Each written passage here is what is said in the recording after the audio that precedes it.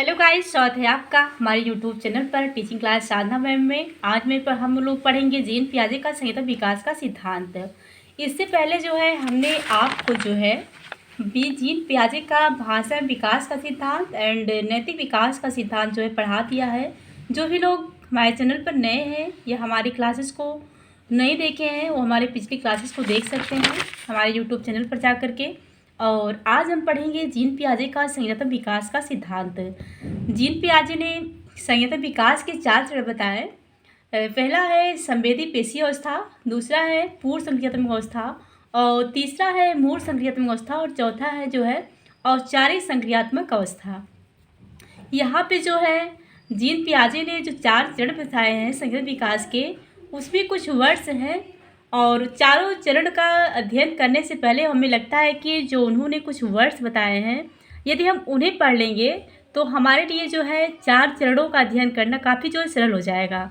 जैसे कि संक्रिया हो गया, वशिष्ठायित्व हो गया, जीववाद हो गया, स्कीमा हो गया, समावेशन हो गया, अनुकूलन हो गया, समायोजन हो गया, संरक्षण का भाव हो गया, संरक्षण हो गया, मूल प्रवृत्ति हो गया, अवसादकरण हो गया। ये सारी चीज़ें यदि हम पहले से इन्हें जान लेते हैं कि क्या है तो हमारे लिए जो है जीन पियाजे का जो संयंत्र विकास के जो 4 चरण हैं उन्हें पढ़ना हमारे लिए काफ़ी जो है आसान होगा। इसलिए हम आज जो है पढ़ेंगे जीन पियाजे के कुछ शब्द, महत्वपूर्ण शब्द जो उन्होंने बताया। जीन पियाजे जो कि जंतु वैज्ञानिक थे और उन्होंने बताया कि बच्चा एक नन्हा वैज्ञानिक है और वह अपने ज्ञान की रचना खुद करता है। ये जीन पियाजे का स्टेटमेंट है जो कि परीक्षाओं में पूछा जाता है। जीन पियाजे ने बताया कि बच्चा एक नन्हा वैज्ञानिक है और वह अपने ज्ञान की रचना जो है खुद करता है। और ये कथन पूर्णतः सत्य है, क्योंकि जो है आपने अपने घरों में छोटे बच्चों को देखा होगा। यदि आप बच्चे से बोलेंगे कि बेटा ये चीज़ मत करो, किसी भी चीज़ के लिए यदि आप मना कर रहे हैं जहाँ पे आपका कुछ नुकसान हो सकता है, पर बच्चा वो चीज़ ज़रूर करेगा, क्योंकि उसे लगता है कि अगर आप उसे मना कर रहे हैं तो कुछ ना कुछ इसमें नया है, कहीं ना कहीं हमें कुछ सीखने को मिलेगा। जैसा कि यदि बच्चे को आपके पास एक वॉच है और बच्चे ने ले लिया है, अब बच्चा आप उसे मांग रहे हैं, आपको नहीं दे रहा है, कि आप बोलते हैं बेटा ये चीज़ पानी में मत डालना, ख़राब हो जाएगा, तो बच्चा आपके सामने तो पानी में नहीं डालेगा, लेकिन यदि आप वहाँ से जैसे ही हटे बच्चा पानी में ज़रूर डाल देगा, क्योंकि उसे एक्सपेरिमेंट करना है, प्रयोग करना है कि क्या वॉच जो है सचमुच पानी में डालने से ख़राब हो जाती है। और बच्चा उसे पानी में ज़रूर डाल देता है। और फिर यदि आप आते हैं वहाँ पे और आपने देखा कि बच्चे ने वॉच को पानी में डाल दिया, एक बार आपको गुस्सा भी लगी, आपने उसे डांटा भी, पर बच्चे को इससे कोई फ़र्क नहीं पड़ता है कि आपकी आवाज़ ख़राब हो गई है, आपकी आवाज़ कितनी महंगी थी। बच्चे ने तो आज यहाँ पे ये सीखा कि पानी में आवाज़ को डालने से आवाज़ जो है ख़राब हो सकती है। तो बच्चे ने सीखा कैसे? बच्चे ने ना तो किताबी ज्ञान से सीखा और ना ही बच्चे को आपने सिखाया। यहाँ पे बच्चा जो है प्रयोग के द्वारा सीखता है। इसीलिए जीन पियाजे कहते हैं बच्चा एक नन्हा वैज्ञानिक है और वह अपने ज्ञान की रचना जो है खुद करता है। जीन पियाजे के शब्द हैं संक्रिया, ऑपरेशन। किसी वस्तु के बिगड़ जाने पर उसे पहले वाली दशा में लाना ही क्या है? संक्रिया है।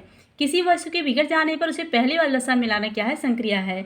जैसे कि एक एग्जाम्पल से समझिएगा कि आपने अलमीरा में बहुत सारी बुक्स को जो है सेटल करके रखा है और बच्चे के द्वारा जो है बीच से एक बुक नीचे गिर जाती है। अब बच्चा जो है ठीक उसी दशा में जैसे आपने वहाँ पे बुक्स को लगाया है वो उसी तरह से जो है सिस्टमेटिक तरीके से रखने की कोशिश कर रहा है। बुक उठाया और बेशक एक बुक लगा रहा है, दूसरी गिर जा रही है, लेकिन फिर भी वो कोशिश कर रहा है कि उसे जो है उसी तरह रखना है जैसे आपने रखा है।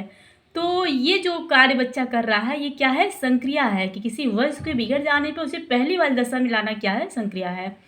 एक क्वेश्चन देखिएगा, एसिटेट का क्वेश्चन है। इरफान एक खिलौने को तोड़कर उसकी टांगों को जोड़ने की कोशिश कर रहा है, यह क्या कर रहा है? सीटेट का क्वेश्चन है ये। इरफान को खिलौने की जानकारी नहीं है। ऑप्शन बी है इरफान एक शरारती बच्चा है। सी ऑप्शन है इरफान में वैज्ञानिक सोच का विकास हो रहा है। एंड डी ऑप्शन है इरफान को आगे से खिलौने नहीं देने चाहिए। यहाँ पे हमारा आंसर सही हो जाएगा सी, कि इरफान में वैज्ञानिक सोच का विकास हो रहा है। जैसा कि आपने पढ़ा बच्चा एक नन्हा वैज्ञानिक है और वह अपनी ज्ञान की रचना जो है खुद करता है। खिलौनों को तोड़ेगा, जोड़ेगा, इससे बच्चा क्या है सीखता है। और बहुत से लोग नहीं समझ पाते हैं, बच्चों को खिलौना ही नहीं देते हैं, कहते हैं कि तोड़ देगा या फेंक देगा। तो बच्चे जो है चीज़ों से सीखते हैं, तोड़ते हैं, फेंकते हैं और वहाँ पे एक नए ज्ञान की रचना भी करते हैं। तो इस तरह से जो है हमारा ऑप्शन से जगह सी कि इरफान में वैज्ञानिक सोच का विकास हो रहा है। इसके बाद है वस्तु स्थायित्व। वस्तु स्थायित्व क्या है? वस्तुएं भले ही आंखों से ओझल हो, भले ही दिखाई नहीं दे रही हो, पर उसका अस्तित्व बना रहता है। वस्तु भले ही आंखों से ओझल हो, दिखाई ना दे, लेकिन उसका अस्तित्व बना रही है। क्या है? वस्तु स्थायित्व। जैसे कि मान लीजिए आपने कोई चीज़ ली है हाथ में और बच्चा आपसे मांग रहा है, जिद कर रहा है कि मुझे चाहिए, लेकिन आपको ये चीज़ पता है कि यदि हम बच्चे को देंगे तो बच्चा जो है खराब कर देगा, यानी कि हमारा नुकसान हो जाएगा। आप अपना हाथ पीछे कर ले रहे हैं या आप बोलते हैं बेटा कौवा लेगा, लेकिन बच्चे को ये चीज़ पता है कि वस्तु जो है आपके पास ही है और बच्चा तब तक रोता है जब तक आप उसे दे नहीं देते हैं। तो ये क्या है? वस्तु स्थायित्व। क्योंकि बच्चे को पता है कि चीज़ें जो है दिखाई बेशक नहीं दे रही हैं, लेकिन आपने उसे जो है लिया है। ये जो है वस्तु स्थायित्व है। इसके बाद आता है जीववाद। जीववाद क्या है? अपने आसपास की वस्तुओं खेल खिलौनों को बच्चा जीवित रखने का भ्रम रखता है। यही क्या है? जीववाद है। जैसे कि आपने देखा होगा, बच्चे को लगता है कि पंखे में भी जान है, खिलौनों में भी जान है। हाथी के जैसे कि बच्चे को लिया हुआ है तो बोलता है कि हटिए हटिए, अभी हाथी हमारा आएगा और आपको काट लेगा। इस तरह से मतलब उसको लगता है कि इसमें जीव है। और यदि वो आपने घरों में देखा होगा टेडी बियर्स वगैरह जब बच्चे लिए रहते हैं तो बच्चे क्या करते हैं, यदि आप उनको खाना खिला रहे हैं तो बोलेगा कि इसको भी खिलाइए, इसको भी पानी पिलाइए। ये क्या है? जीववाद है, क्योंकि बच्चे को लगता है कि इसमें भी जीव है। यही जीववाद है। इसके बाद मूल प्रवृत्ति व्यवहार। मूल प्रवृत्तियात्मक व्यवहार मैकडूगल ने बताया। मैकडूगल जो कि मूल प्रवृत्ति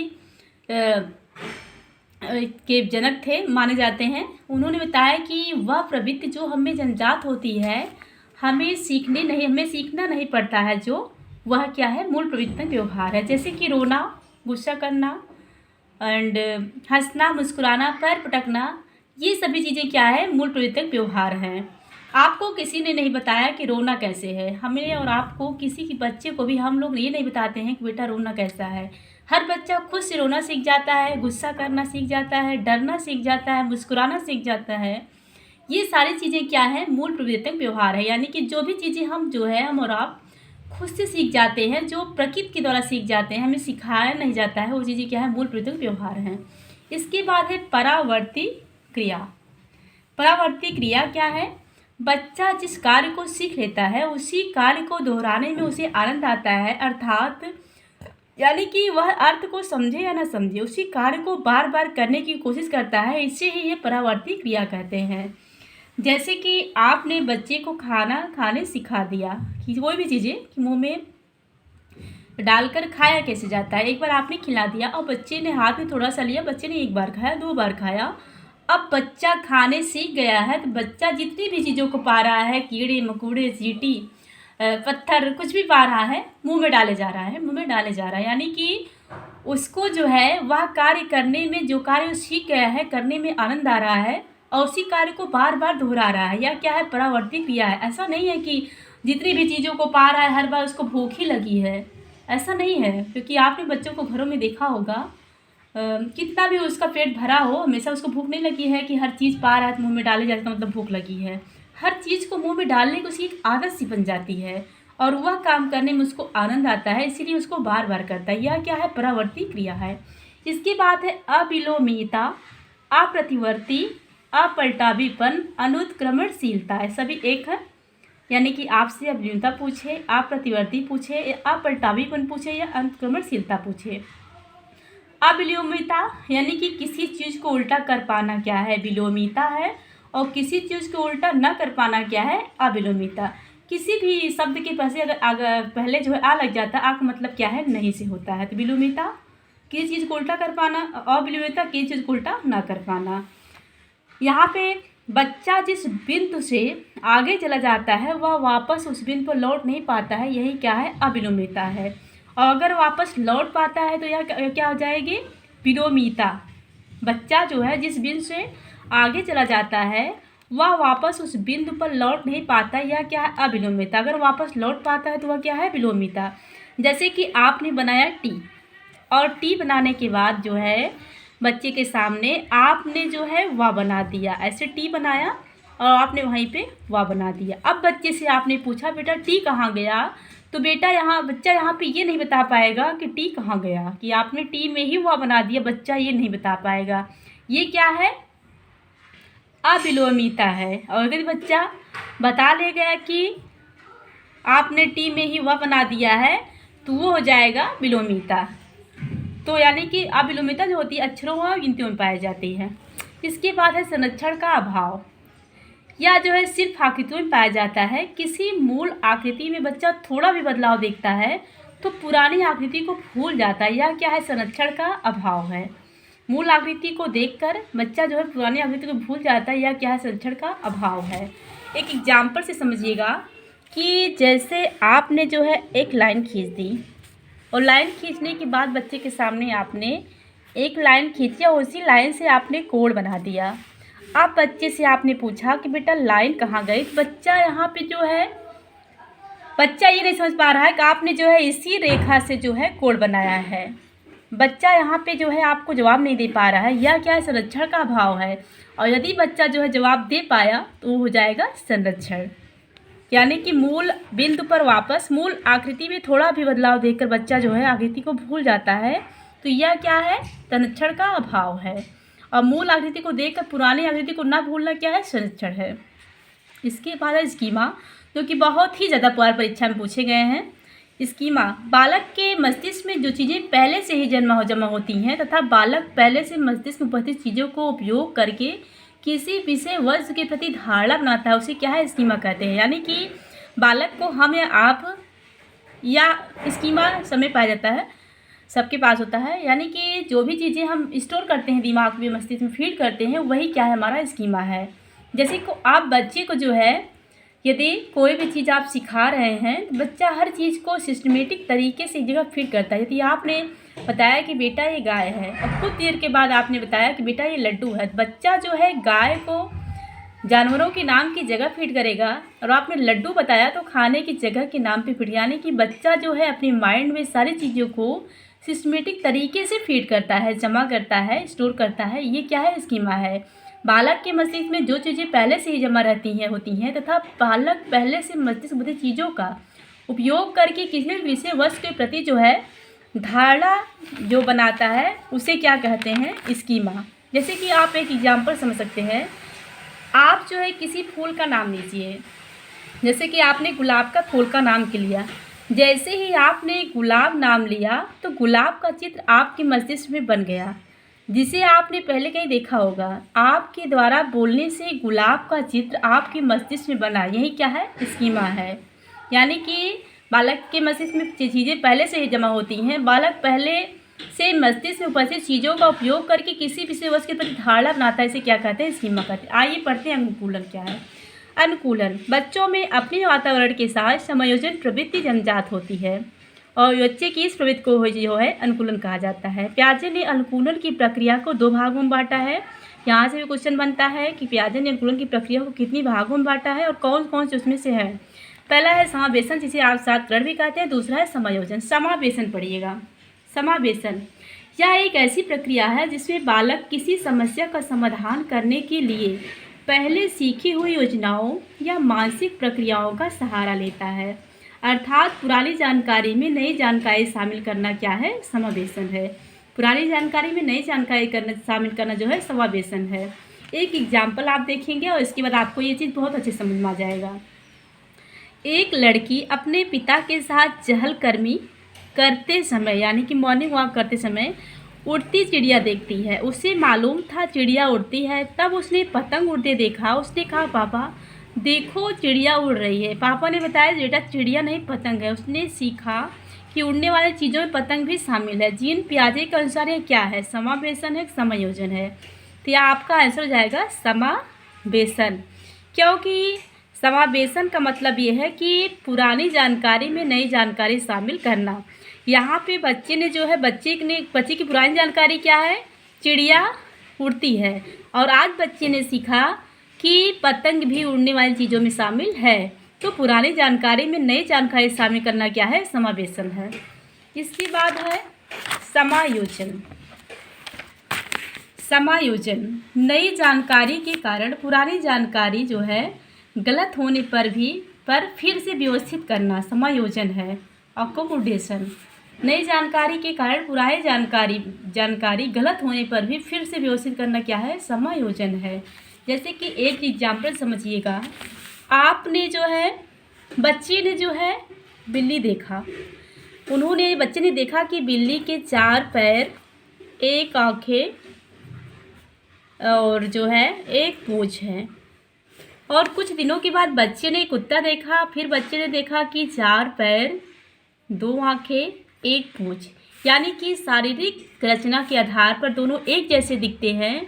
यहाँ पे नई जानकारी में जो है पुरानी जानकारी के आधार पर नई जानकारी में जो है विरोधाभास पैदा हो रहा है, और यही क्या है, समायोजन है। कि बच्चे ने जो है बिल्ली को देखा, फिर बच्चे ने कुत्ते को देखा। बच्चा यहाँ पे जो है समझ नहीं पा रहा है कि ये जो है कुत्ता ही है कि बिल्ली है, यानी बिल्ली को पहले देखा है तो सोच रहा है कि बिल्ली ही है, कुछ और है, यानी वहाँ पे वो जो है अंतर नहीं कर पा रहा है। यदि वो अंतर नहीं कर पाया तो समावेशन हो जाएगा, अगर वो अंतर कर ले गया तो वो हो जाएगा समायोजन।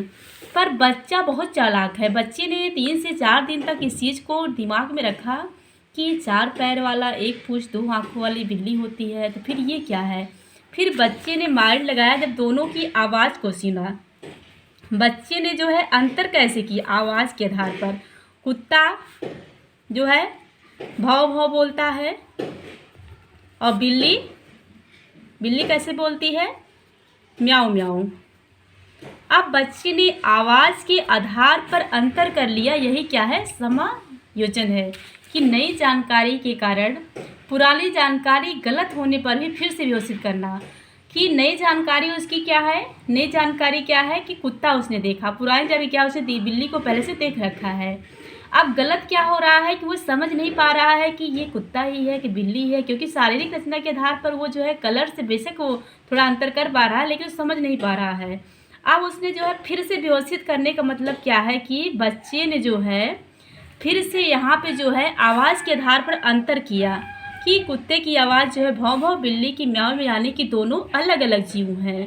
यह क्या है, समावेशन है। समावेशन में आप जो है नई जानकारी के कारण पुरानी जानकारी गलत होने पर फिर से व्यवस्थित कर पाना क्या है, समावेशन, यानी कि अंतर कर पाना। अंतर कर लिए है आप, यहाँ बच्चा कर लिए तो क्या है, समायोजन है। इसके बाद है संतुलीकरण, संतुलन, साम्य धारण। एक ही सब है।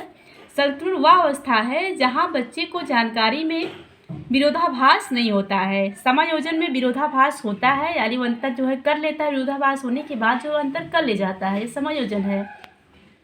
और यहाँ संतुलन क्या है, वह जहाँ बच्चे की जानकारी में कोई विरोधाभास नहीं, यहाँ यानी कि यह जो है समायोजन और समावेशन दोनों से अलग है। यानी कि या तो यहाँ पे समायोजन की स्थिति है, ना तो समावेशन की। यहाँ पे बच्चा जो है पूरी तरह से समझ चुका है। साम्य धारण जो है एक ऐसी प्रक्रिया है जिसके कारण बालक आत्मसात्करण तथा समायोजन की प्रक्रियाओं के बीच संतुलन कायम कर लेता है। यानी कि बच्चे ने अगर बिल्ली को देखा है, यहाँ पे बच्चे ने बिल्ली देखा और बच्चे ने कुत्ता देखा, तो बच्चा यहाँ पे समझ गया है कि ये बिल्ली है और ये कुत्ता है। यानी कि यहाँ पे बच्चे कोई भी कन्फ्यूजन नहीं हो रहा है, कोई विरोधाभास नहीं हो रहा है। तो यह क्या है, साम्य धारण है। थैंक यू दोस्तों, मिलते हैं नेक्स्ट क्लास में। और हमारी क्लास आपको कैसी लगी हमें जो है कमेंट बॉक्स में ज़रूर बताइएगा, और हमारे चैनल को लाइक और सब्सक्राइब कीजिए ताकि हम मिलते हैं नेक्स्ट सेशन में आपसे।